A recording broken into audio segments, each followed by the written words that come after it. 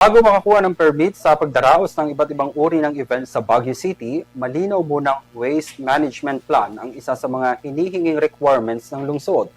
Pagtitiyak ito na bago at pagkatapos ng event, walang maiiwan na kahit anong basura sa lahat ng mga government-owned spaces bilang proteksyon sa kalikasan at kalusugan ng mga mamamayan. Narito ang kabuuan ng balita mula kay Graciela Corazon. Ipatutupad ng pamahalaang lungsod ng Baguio ang isang ordinansa na layong palakasin ang Waste Management Plan sa ilalim ng Event Waste Management Ordinance of Baguio City.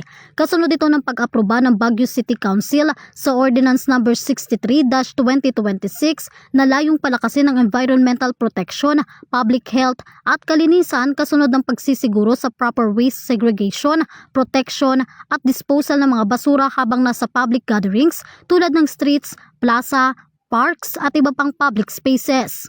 Ayon sa lokal na pamahalaan, inaatasan ng mga event organizer na nagdaraos sa mga government-owned spaces na magsumite ng kanilang mga layout ng event.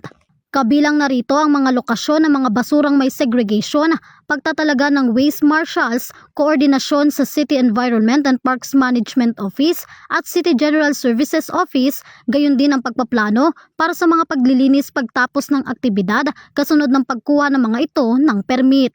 Pinahihintulutan din ng ordinansa ang SEPMO katuwang ang GSO na maglagay ng mga central waste bin para sa isang event tulad ng biodegradable, non-biodegradable at recyclable sa ilalim ng pansan-open tayo ng lungsod.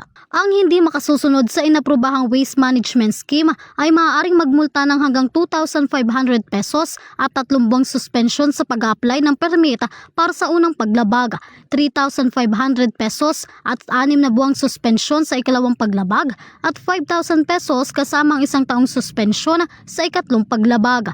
Naglaan din ang lungsod ng paunang pondong 100,000 pesos para sa pagsasagawa ng mga central waste bin habang maaari ring tumanggap ng sponsorship at donasyon para sa pagpapatupad ng programa.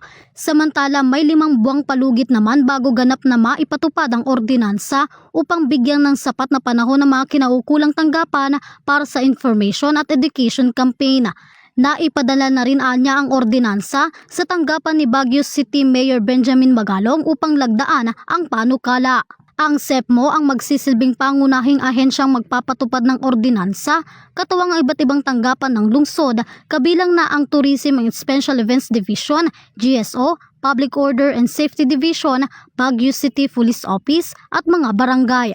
Para sa EuroTV News, Graciela Corazon, sumasaludo sa bawat Pilipino.